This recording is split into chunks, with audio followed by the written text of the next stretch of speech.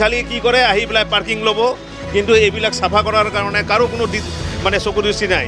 চাওক, অসম চৰকাৰে কি কৰিছে, যাতে অসমখন ধুনীয়া দেখে মানে ৰাস্তাৰ ছাইডেদি গছ পুলি ৰৈছে, কিন্তু আমাৰ ইয়াতে কি হৈছে, বাহিৰা কোম্পানী আহি পেলাই ইয়াতে বয়ৰিং কৰিছে আৰু কাদত দি থৈ গৈছে।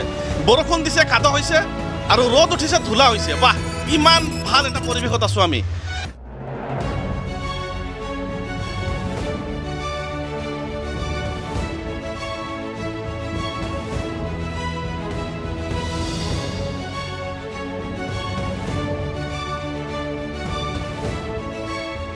এইটো 3 দিন হৈছে ইয়াতে। ৰাতিপুৱাতে মানে ইহঁতে ৰাতি কাম কৰিছে, ৰাতি কাম কৰি পেলাই একদম পূৰা বোকা বোকা কৰি থৈ দিছে ইয়াতে, আৰু মানে ইফালেতো যোৱাই নাযায়।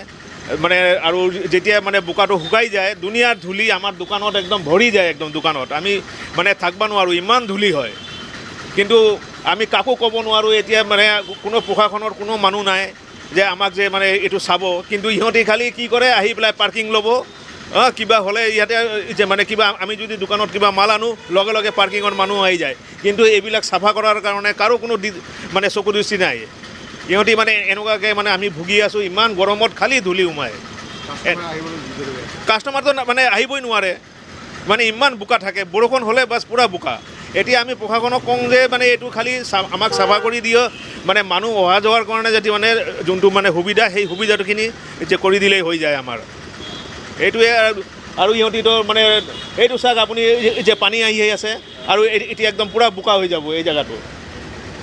আমাৰ কথা এটাই যে যি ধূলি আহি আছে, এতিয়া এই ধূলিৰ পৰা আমাৰ পৰিত্ৰাণ লাগে, বাকী একো নাই। বৰষুণ দিলে কাদো হয়, আৰু আজি ৰ'দ দিছে, ধূলি একদম দোকানৰ ভিতৰত সোমাই আছে। আমি প্ৰশাসনক বাছ এটাই অনুৰোধ জনাম, আমি কোনো কোম্পানী চিনি নাপাওঁ, আমি কোনো ঠিকাদাৰ চিনি নাপাওঁ। চিধা চিধি কথা, আমি মিউনিচিপাল বৰ্ডক আমি ৰিকুৱেষ্ট জনাই আছোঁ, বা আমাৰ ইয়াৰ যি এডমিনিষ্ট্ৰেশ্যন আছে তেখেতক আমি অনুৰোধ জনাই আছোঁ যে অনতি পলমৰ ভিতৰত এইখিনি ঠাই ক্লিয়াৰ কৰি দিয়ক, নহ'লে আমাৰ বহুত অসুবিধা হৈ আছে। আমি কিমান চাফ চিকুণ কৰি ৰাখোঁ ঠাইডোখৰ, কিন্তু এতিয়া যি অৱস্থা হৈ আছে, আমি উশাহ ল'ব পৰা পৰিৱেশত নাই। চাওক, অসম চৰকাৰে কি কৰিছে, বাহিৰৰ পৰা কোনো বহিৰাষ্ট্ৰৰ মানুহ আহিলে আমাৰ যাতে অসমখন ধুনীয়া দেখে মানে ৰাস্তাৰ ছাইডেদি গছ পুলি ৰৈছে, আৰু যাতে আটক ধুনীয়া হৈ উঠে, কিন্তু আমাৰ ইয়াতে কি হৈছে, বাহিৰা কোম্পানী আহি পেলাই ইয়াতে বয়ৰিং কৰিছে আৰু কাদত দি থৈ গৈছে। বৰষুণ দিছে, কাদো হৈছে, আৰু ৰ'দ উঠিছে, ধূলা হৈছে। বাহ, ইমান ভাল এটা পৰিৱেশত আছোঁ আমি।